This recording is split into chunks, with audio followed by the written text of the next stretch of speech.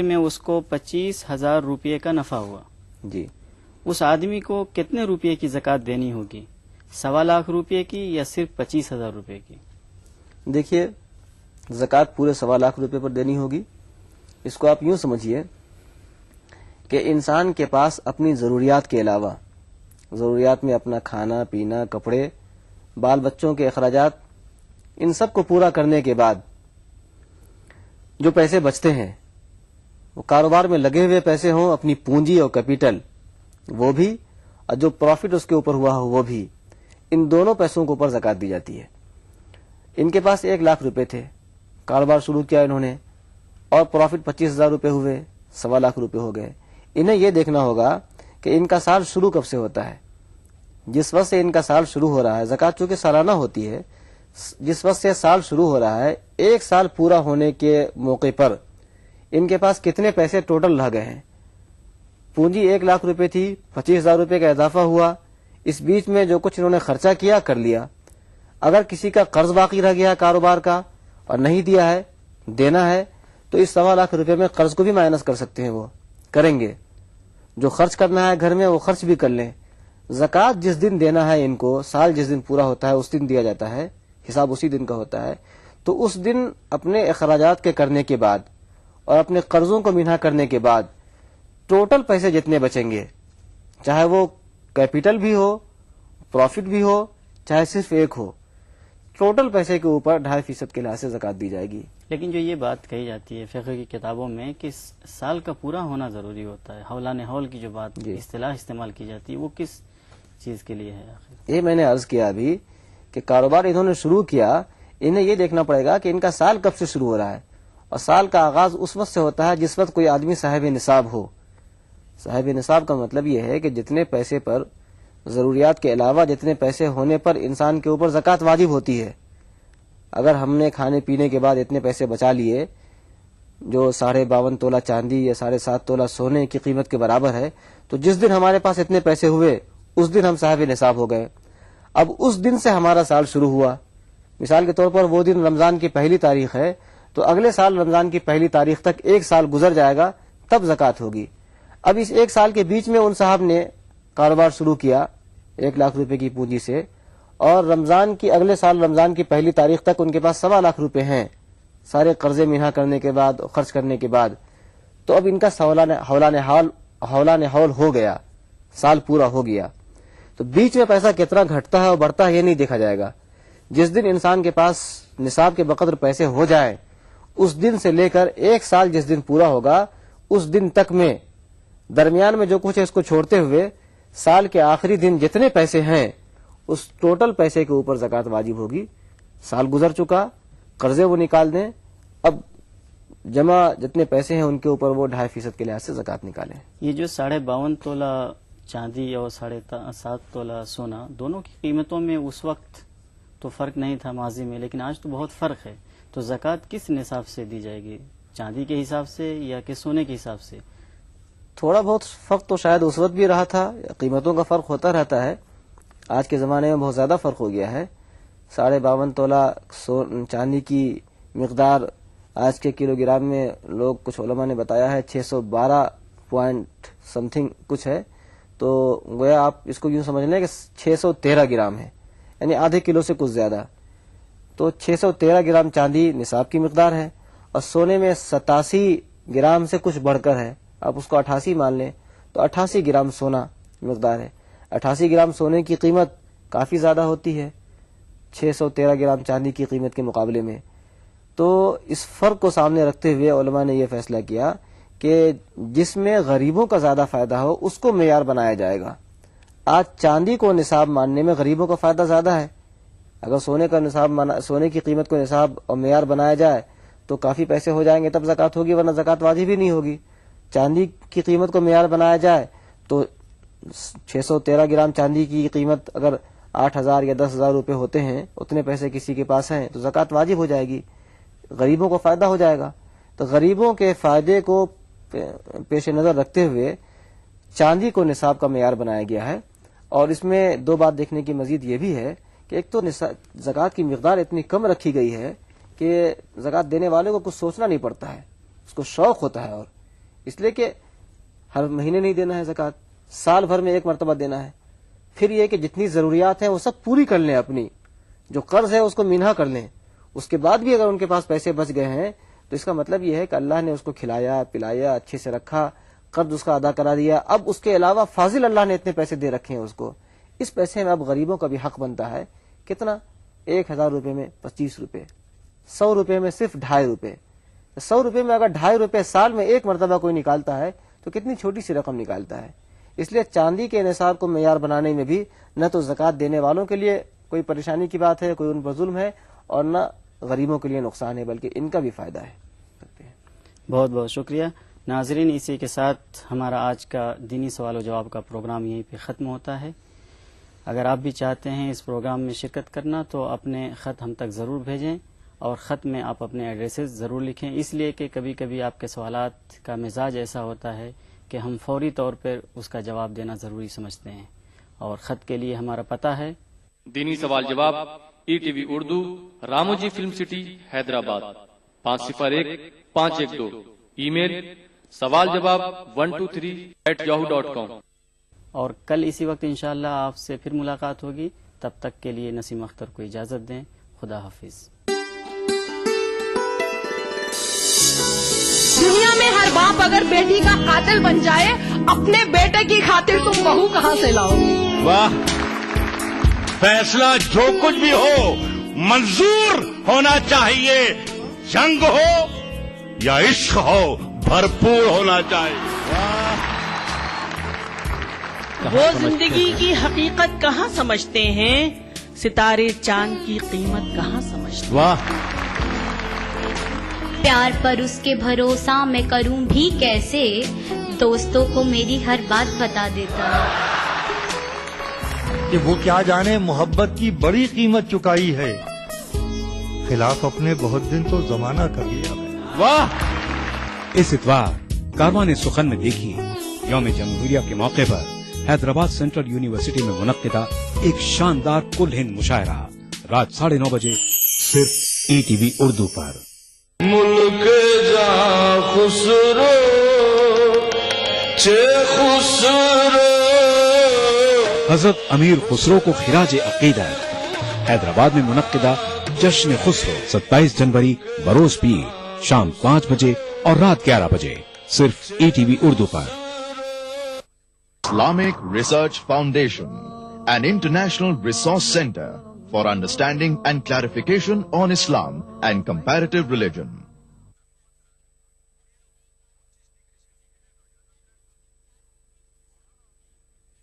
بسم اللہ الرحمن الرحیم.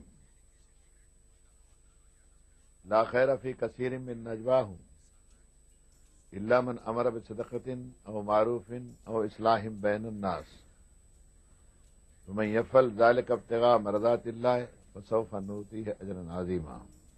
بھائی اور بہنوں،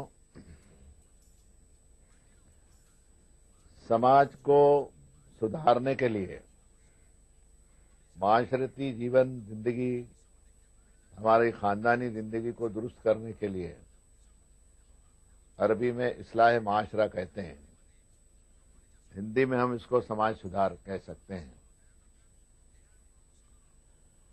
خاندان کی زندگی، محلے والوں کی، پڑوس کی، دکانداروں کی، ڈاکٹروں، وکیلوں، فنکاروں کی، کاروباری لوگوں کی، کھیت کھلیان والوں کی، مسافروں کی، چاہے بس میں سفر کرتے ہوں، ریل میں یا ہوائی جہاز میں سفر کرتے ہوں، یا سائیکل پر ہی کیوں نہ چلتے ہوں. چھوٹے موٹے کاروباری لوگ، پھل فروٹ بیچنے والے، دھوبی، درزی، لوہار اور دوسرا کسب کا کام کرنے والے، ان سب سے میں مخاطب ہوں. اپنے ایمان والے بھائیوں سے بھی، اہل اسلام سے بھی، اور اپنے وطن کے لوگوں سے بھی، کیونکہ ہمارے وطن کے جو نواسی ہیں، دوسرے ہمارے بھائی ہیں، ان کا بھی ہم پر حق پہنچتا ہے کہ سماج سدھار کے لیے ہم ان کو بھی یوگدان دیں اور ان کے ساتھ میں بھی ہمارا سمبند اور سلوک اچھا ہو، بھائی چارے کا ہو. آپ کے اس خادم نے قرآن کی ایک آیت پڑھ کے آپ کو سنائی.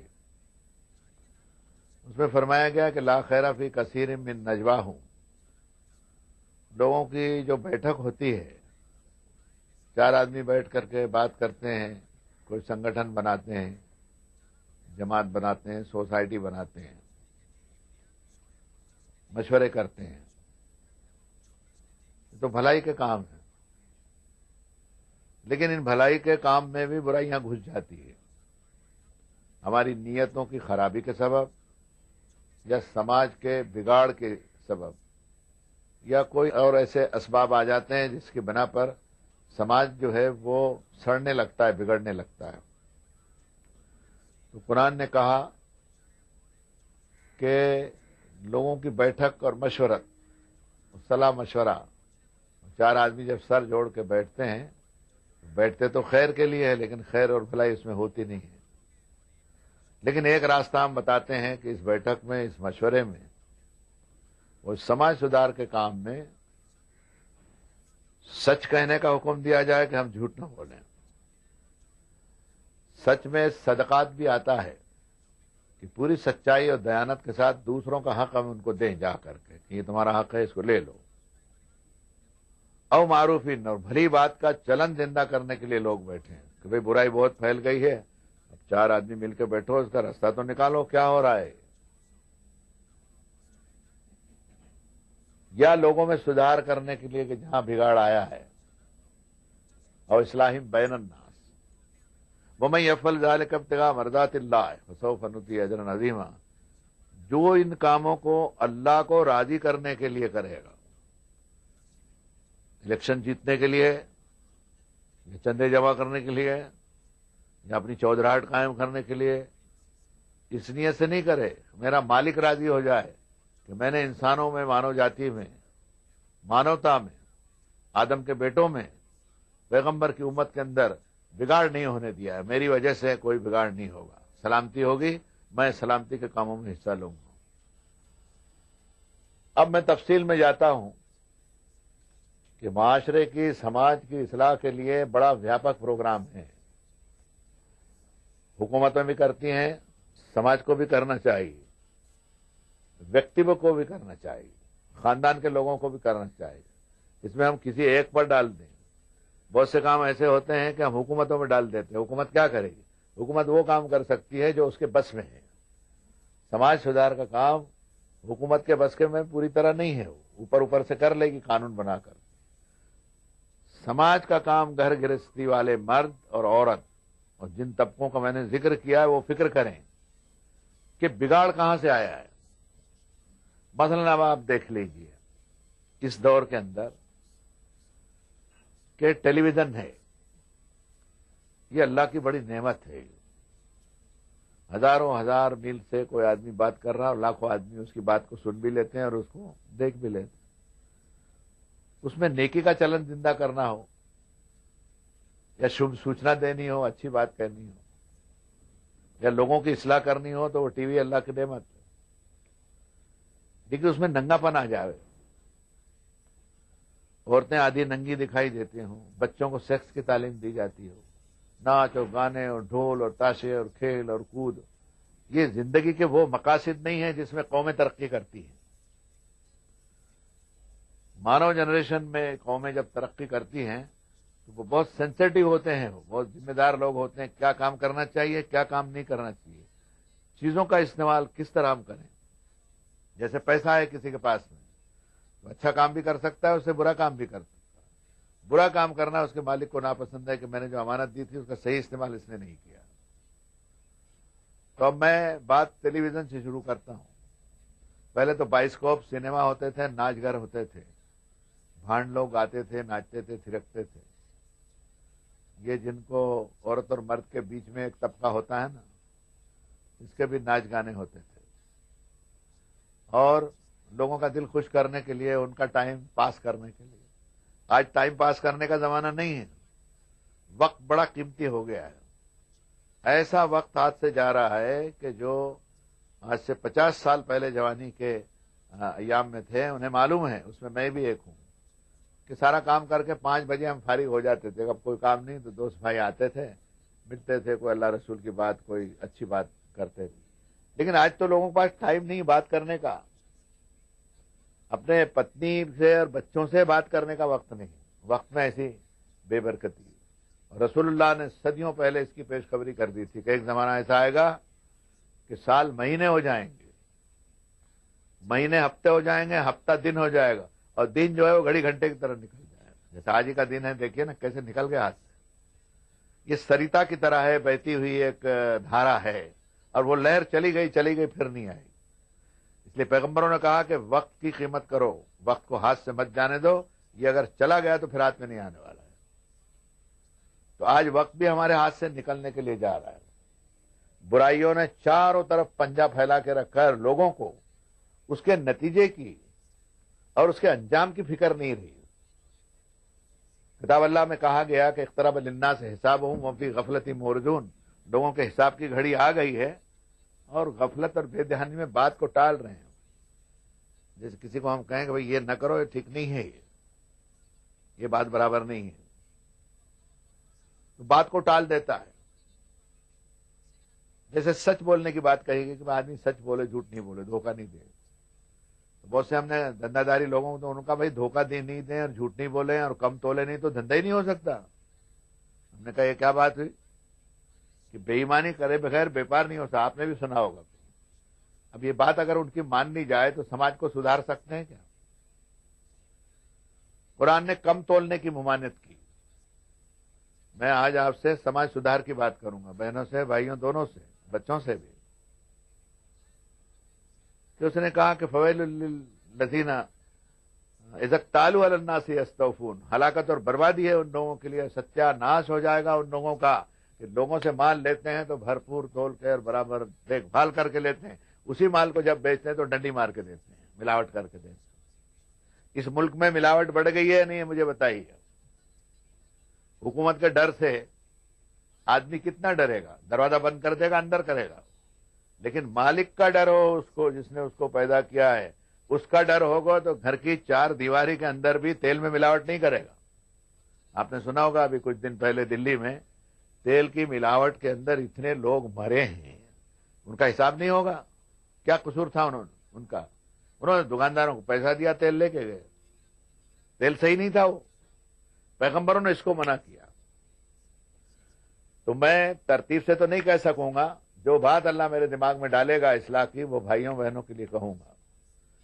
کہ جیسے ٹیلی ویژن کا بگاڑ ہے، اس کو ہم پورے طور پر سدھار نہیں کر سکیں گے جب تک حکومت کا دماغ صحیح نہ ہو.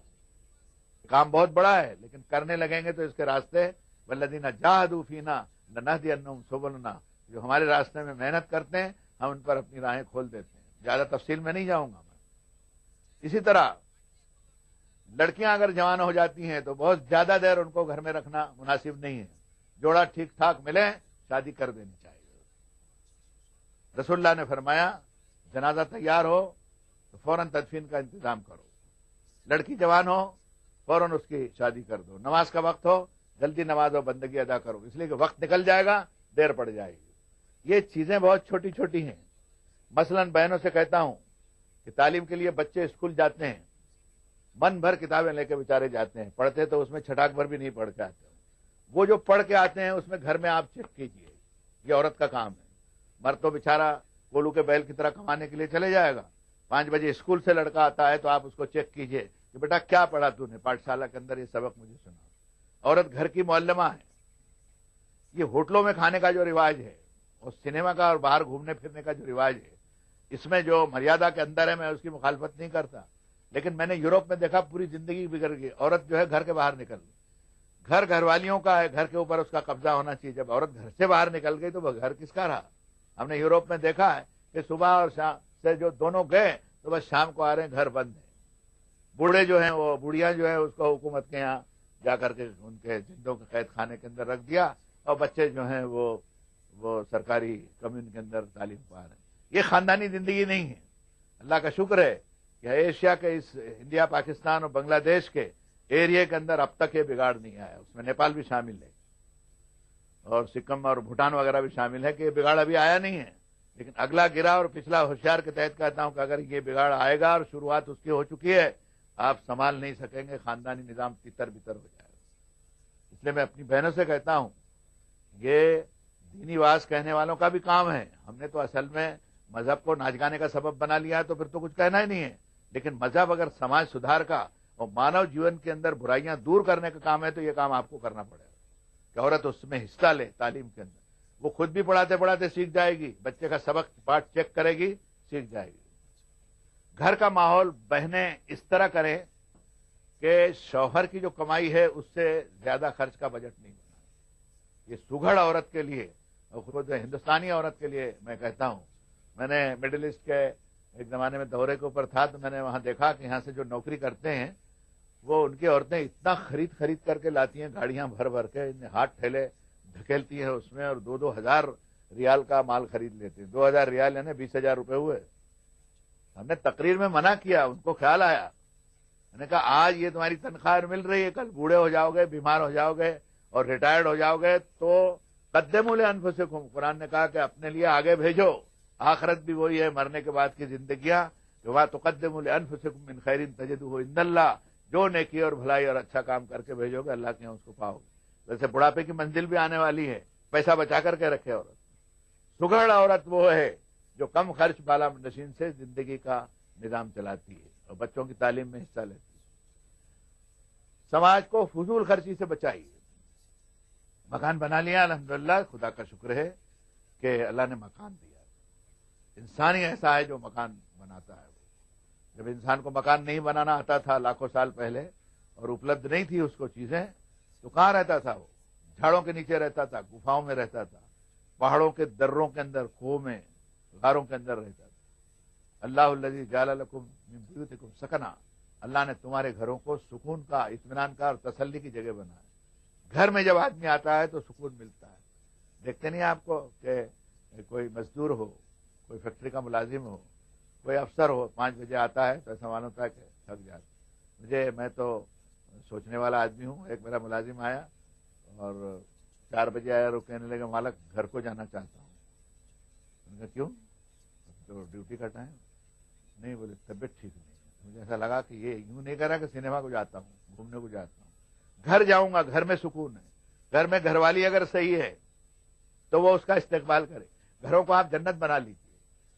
گھروں میں نماز پڑھنا, مثلا وَأَوْحَيْنَا إِلَىٰ مُوسَىٰ وَأَخِيهِ أَن تَبَوَّأَ لِقَوْمِكُمَا بِمِصْرَ بُيُوتًا وَاجْعَلُوا بُيُوتَكُمْ قِبْلَةً وَأَقِيمُوا الصَّلَاةَ. اپنے گھروں میں نماز کا انتظام کرو.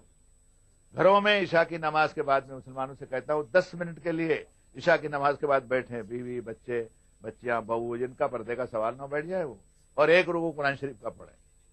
558 رکوع قرآن شریف میں 1 رکوع قرآن شریف کا روز پڑھیں. زیادہ نہیں, 10 منٹ میں ہو جائے.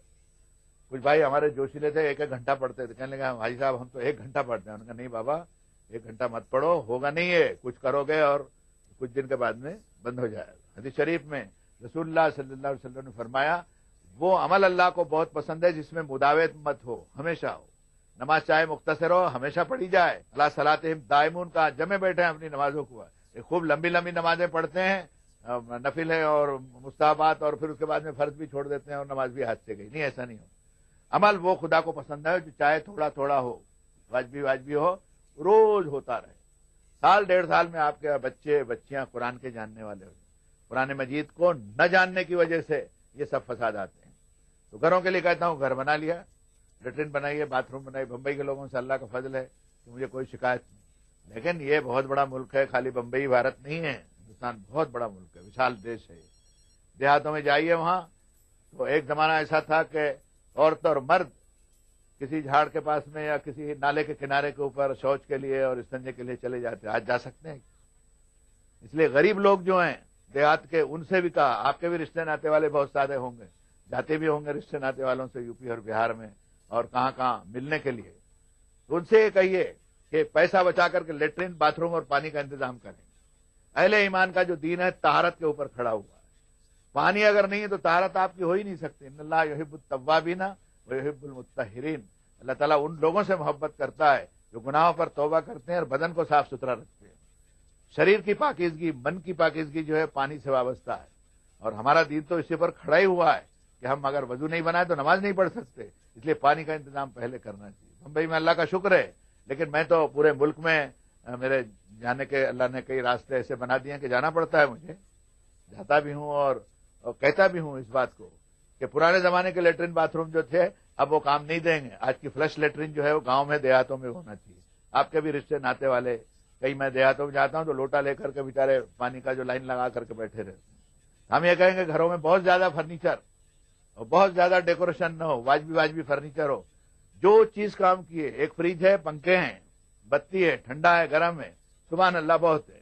لیکن گئے جا کے دیکھا تو یہ سال گئے تو پینٹ ایک تھا, گئے تو وہ پینٹ کو کھرچ کے پھینک دیا اور دوسرا کاغذ چپکا دیا. یہ قالین پھینک دیا, دوسرا قالین 70,000 روپے کا لے آئے. نہیں, یہ فضول خرچی ہے. زندگی کا جو سانچہ ڈھانچہ ہے وہ قرآن کی روشنی میں بتاتا ہوں کہ رب تعالیٰ نے جنت میں جب حضرت آدم کو اور ان کی بیوی کو رکھا تو فرمایا کہ آدم یہ تمہاری یہ جنت ہے, ان لک اللہ تجوع فیہا ولا تارا, بھوک کا انتظام ہم کریں گے, لباس کا انتظام ہم کریں گے. تو کیا ہوا؟ بھوجن اور وسط, کپڑے, دو چیزیں ہو گئی. انک لا تظمأ فیہا ولا تضحا, پیاس کا انتظام ہم کریں گے, پانی کا انتظام ہم کریں گے, اور رنج نہیں, دھوپ نہیں کھینچنا پڑے گا تم کو, مکان کا انتظام کریں گے. تو روٹی, کپڑا, مکان اور پانی, یہ 4 چیزیں اگر ہو جاتی ہے تو مانو جیون جو ہے اس کی دھری صحیح ہو جائے گی. بہنوں کے لیے ایک اور اشارہ بھی دیتا ہوں کہ شادی بیاہ کے اندر جہیز کی پریشانی اور لعنت مختلف قوموں میں آئی, ہمارے یہاں تھی نہیں ہے, لیکن یہ چھوت کی بیماری ہمارے یہاں بھی آ گئی. اس لیے شادی اور بیاہ کو صحیح طریقے سے رسول اللہ کا جو طریقہ ہے سادگی کا, اس طریقے سے کرو. ایجاب و قبول ہے, نکاح ہے, مہر کا آئٹم ہے, کچھ لوگوں کو کھانا کھلا دیا, لڑکی کو بھی نہ کر دیا. 22 کروڑ مسلمان ہیں, لکھ لیجئے اس کو. 25 سال کے اندر آپ کو 11 کروڑ شادیاں کرنی ہیں. زندہ قومیں حساب لگاتی ہے کہ 11 کروڑ شادیوں کے اندر ہم ایوریج ہم کو خرچ کیا کرنا چاہیے. گجراتی میں ایک مثل مشہور ہے, بیپاری حساب میں مار کھائے. بیپاری حساب میں مار کھاتا ہے.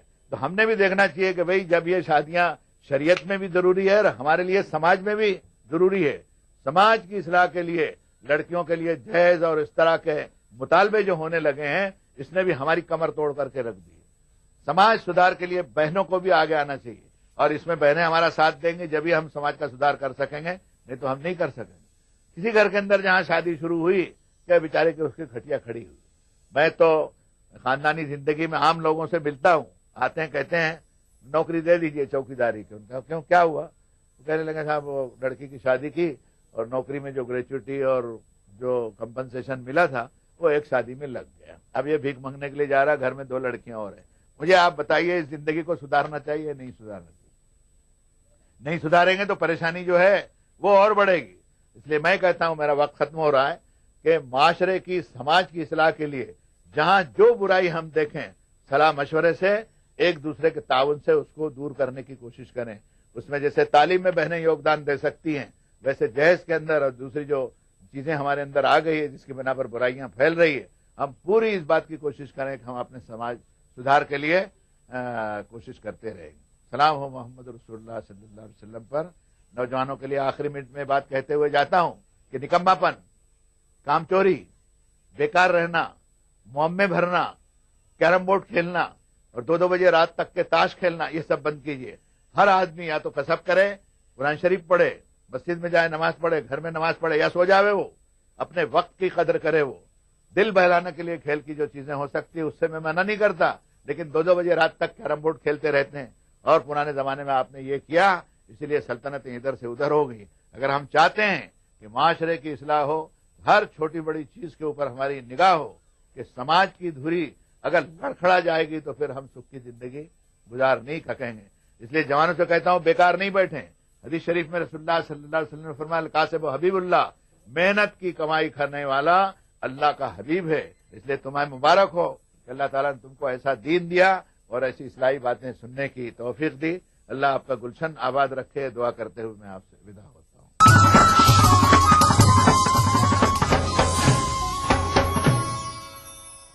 دیکھیے ETV اردو سبھی DTH پلیٹ فارم پر, ڈش ٹی وی پر چینل نمبر 700.